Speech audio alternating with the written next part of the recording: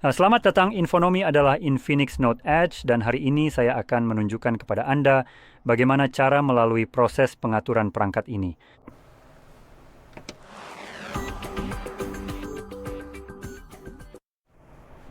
Jadi, ketika Anda menyalakannya untuk pertama kali, Anda akan disajikan dengan tampilan layar yang sama seperti yang Anda lihat di sini. Dan yang perlu kita lakukan hanyalah mengklik tanda panah. Selanjutnya, kita akan dapat memilih bahasa yang kita inginkan. Sekarang untuk saya akan memilih bahasa Inggris, jadi saya akan klik di sini pada English. Dan Anda bisa klik pada halaman berikutnya, yang kemudian akan memungkinkan kita memilih wilayah kita. Di sini saya sebenarnya menyarankan Anda untuk mengubah wilayah Anda ke wilayah yang sama seperti yang saya pilih di sini, yaitu Polandia, dan bukan hanya Polandia, tetapi beberapa negara lain juga sekarang menjadi bagian dari Uni Eropa. Logikanya di sini adalah Eropa sangat ramah konsumen. Jadi ketika mereka memaksakan semacam undang-undang yang ramah konsumen kepada perusahaan, yang mana hal itu cukup sering terjadi. Pada titik ini, ada kemungkinan bahwa suatu saat nanti, mereka akhirnya akan melakukan sesuatu yang tidak terlalu disukai oleh perusahaan, memaksa mereka untuk melakukan sesuatu, dan mereka mungkin akan mencoba mencari celah hukum, dan pada akhirnya gagal, tidak seperti yang dilakukan Apple. Dan idenya di sini adalah ketika mereka dipaksa atau dihadapkan pada hal seperti ini, yang saya perkirakan akan terjadi adalah salah satu dari dua hal berikut. Mereka akan menarik diri dari pasar yang tidak mengubah fakta bahwa ponsel dan apapun yang sudah mereka jual sebelumnya di sana tetap harus mematuhi aturan tersebut. Atau mereka akan terus menjual ponsel mereka di sana dan mengubah apapun yang dipaksakan oleh Uni Eropa, tapi hanya di Uni Eropa saja. Di luar wilayah itu, mereka pada dasarnya tetap berbisnis seperti biasa, merugikan pelanggan. Jadi itulah kira-kira ide dari memilih wilayah tertentu ini. Di sini, wilayah tersebut akan menjadi bagian dari Uni Eropa agar tunduk pada undang-undang tersebut. Jika suatu saat Uni Eropa membuat sesuatu yang memberikan kita semacam keuntungan dibandingkan dengan seluruh dunia, ya sudah. Selanjutnya, kita punya syarat penggunaan, jadi di sini ada syarat penggunaan dan kebijakan privasi. Kamu bisa membaca keduanya jika mau, tapi jujur saja tidak ada yang benar-benar membaca satu kata pun dari ini. Kita hanya mencentang kotaknya dan lanjut saja, padahal mungkin kamu tahu itu seharusnya satu-satunya hal yang pernah kita baca, tapi ya sudahlah. Bagaimanapun juga,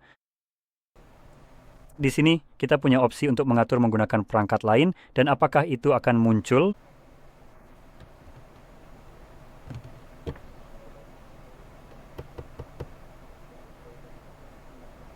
Oke, itu tidak muncul. Menarik juga. Jadi saya tidak akan mengeluh. Tapi biasanya, kamu akan mendapatkan pop-up di perangkat lain yang sudah masuk ke akun Google, dan itu pada dasarnya akan memungkinkan kamu untuk dengan cepat mengatur perangkat ini. Sekarang saya sarankan untuk melewati ini. Ada satu hal positif jika kamu ingin melakukannya. Ini memungkinkan kamu untuk memindahkan akun Google-mu dengan sangat mulus. Tapi ini juga memungkinkan kamu secara teori untuk memulihkan perangkatmu, bukan? Sebenarnya ini bukan fitur utamanya, tapi fitur itu memang ada. Dan jika kamu melihatnya dari sudut pandang ini, seperti mengatur menggunakan perangkat lain seolah-olah mengaturnya agar berada di tahap yang sama seperti perangkat lainnya. Menurut saya, hal terbaik yang bisa kamu lakukan dengan fitur ini adalah hanya untuk memigrasikan akun-akunmu, karena hanya ada konfirmasi angka kecil saja. Dan jika kamu punya semacam kunci pola di layar, kamu hanya perlu mengonfirmasinya di sini. Boom, semua akunmu sekarang sudah berpindah. Tapi selain itu, saya akan melewati fitur ini karena saya benar-benar tidak suka proses pemulihan Google. Dan kenyataan bahwa mereka mengandalkan fitur ini dengan hanya mengambil semua data kamu. Hal-hal seperti foto, kontak, dan semua itu menurut saya seharusnya mereka tidak boleh akses. Tapi dengan mengimpor ke cloud yang memang harus kamu lakukan, kamu dipaksa untuk membagikan data itu kepada mereka, dan apa yang mereka lakukan dengan data tersebut, itu sepenuhnya terserah mereka. Jadi tidak, terima kasih. Selanjutnya ada opsi untuk terhubung ke Wi-Fi. Langkah ini sepenuhnya opsional dan kamu tidak perlu melakukannya kecuali perangkatmu terkunci. Jadi, jika kamu memiliki FRP lock yang biasanya ditandai dengan ikon gembok di sini, maka kamu perlu menghubungkannya. Agar kamu bisa memverifikasi pemilik sebelumnya, baik melalui akun Google atau kunci layar, dan terkadang pada beberapa perangkat. saya rasa bukan di perangkat ini, karena saya tidak ingat itu pernah terjadi, akan mengharuskan kamu untuk terhubung ke jaringan apapun, baik itu jaringan seluler maupun Wi-Fi. Sebagai pengaturan awal ketika perangkat benar-benar baru, biasanya ini dilakukan untuk tujuan aktivasi garansi, tapi saya bisa melewatinya. Selanjutnya, kita diminta memasukkan kartu SIM, jadi kamu bisa memasukkannya jika mau, letaknya di bagian bawah, atau kamu bisa abaikan saja. Perangkat ini juga mendukung eSIM, tapi sepertinya tidak muncul di sini. Jadi untuk menambahkan eSIM, jika kamu menggunakannya dan tidak punya kartu fisik, kamu harus menyelesaikan proses pengaturan terlebih dahulu. Dan kamu memang perlu terhubung ke jaringan Wi-Fi. Lalu di pengaturan di bawah koneksi seluler, kamu bisa mengaktifkan eSIM dan kemudian memindai kode QR-nya.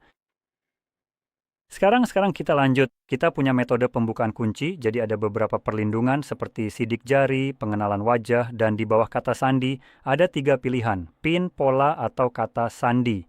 Sekarang, jika kamu berencana memilih salah satu biometrik, yaitu sidik jari atau pengenalan wajah, kamu tetap harus memilih salah satu dari ketiganya. Alasannya adalah biometrik tidak 100% dapat diandalkan. Jadi ketika metode itu gagal, kamu tetap punya sesuatu yang bisa diandalkan, yaitu PIN, pola, atau kata sandi. Dan sekarang saya sebenarnya tidak akan melindungi perangkat saya akan memilih lewati saja. Dan di sini kita punya layanan Google. Sekarang saya akan sedikit membahas tentang ini karena menurut saya ini menjijikkan. Tapi pada dasarnya ini adalah semacam spyware Google di sini. Jadi, mari kita bahas ini dengan cepat. Kita punya hal-hal seperti pemindaian lokasi, mengirim data pengguna dan diagnostik, serta menginstal aplikasi dan pembaruan. Membahasnya, kita punya lokasi pengguna. Kamu bisa mematikan semuanya. Dimatikan, omong-omong, tapi sebenarnya itu tidak terlalu berpengaruh. Dan saya gunakan lokasi memungkinkan aplikasi dan layanan dengan izin lokasi untuk menggunakan lokasi perangkatmu. Akurasi lokasi menggunakan informasi tentang sinyal nirkabel seperti titik akses Wi-Fi, menara jaringan seluler, dan GPS. Itulah yang sebenarnya penting. Jika kamu mematikannya, secara logis kamu akan berpikir bahwa perangkatmu pada dasarnya tidak bisa lagi, dalam hal ini, terhubung ke menara seluler, karena itu salah satu cara lokasi kamu dibagikan. Perangkat tidak bisa terhubung ke Wi-Fi dan hal-hal lain, jadi seharusnya secara otomatis melakukan itu, tapi kenyataannya tidak seperti itu cara kerjanya. Dan ya, perangkatmu sebenarnya tidak pernah benar-benar offline kecuali kamu benar-benar menghancurkannya dengan palu hingga menjadi serpihan kecil. Sekarang hal menjijikan lainnya di sini adalah izinkan pemindaian. Jadi ini memungkinkan aplikasi dan layanan untuk memindai jaringan Wi-Fi dan perangkat di sekitar kapan saja. Bahkan ketika Wi-Fi atau Bluetooth dimatikan, betapa baiknya mereka. Sekarang opsi ini akan otomatis dimatikan bersama dengan lokasi dan saya tidak bisa mematikannya tanpa mematikan lokasi. Tapi saya hanya ingin menyoroti hal itu. Tombol ini sebenarnya cuma sekadar tipu-tipu saja. Ini sama sekali tidak berarti apa-apa untuk tujuan privasi, karena hanya mencegah aplikasi dan layanan memindai jaringan lain dan sinyal Bluetooth dari perangkat lain atau biasanya dari perangkat lain. Sekarang, ini tidak mencegah perangkatmu untuk dipindai oleh perangkat lain yang ingin pada dasarnya melihat perangkatmu. Dan seperti yang ditunjukkan oleh tombol ini, bahkan ketika Wi-Fi atau Bluetooth-mu aktif, perangkatmu tetap bisa ditemukan dengan cara tertentu, yang berarti sebenarnya tidak pernah benar-benar mati, mirip dengan yang dilakukan Apple. Jadi mungkin menurutmu itu sudah mati, tapi menurut definisi ini sebenarnya masih menyala. Dan perangkat lain bisa melihatmu, dan perangkatmu seolah-olah hanya menutup mata terhadap perangkat lain. Jadi ya, hebat sekali. Ini seperti, kamu tahu, menutupi kepala dengan selimut, hanya karena kamu tidak bisa melihat sekelilingmu, bukan berarti orang lain tidak bisa melihat dirimu yang konyol di bawah selimut itu. Berpura-pura seolah kamu tidak ada. Jadi lanjut, kita punya pengiriman data pengguna dan diagnostik. Yang satu ini, judulnya agak menyesatkan karena secara default, kamu mungkin mengira ini semacam spyware lagi, dan kenyataannya memang begitu. Tapi, dengan menonaktifkan ini, kamu akan berharap perangkatmu berhenti membagikan segala jenis informasi atau data apapun dari perangkat ini. Maksudnya benar-benar tidak ada bahkan sekian kilobyte pun apapun itu yang akan keluar dari perangkat ini atau apalah. Ukuran data sekecil apapun yang menurutku bisa dianggap sebagai data pengguna, ini perangkatku. Apapun yang dihasilkan di sini itu karena aku, dan ketika itu dibagikan, itu adalah data pengguna milikku yang ingin aku hentikan pembagiannya. Tapi ini, seperti yang sudah aku bilang, agak menyesatkan karena judul dan deskripsinya seperti itu. Membantu meningkatkan pengalaman perangkat Android Anda dengan secara otomatis mengirimkan data diagnostik, penggunaan perangkat, dan aplikasi ke Google.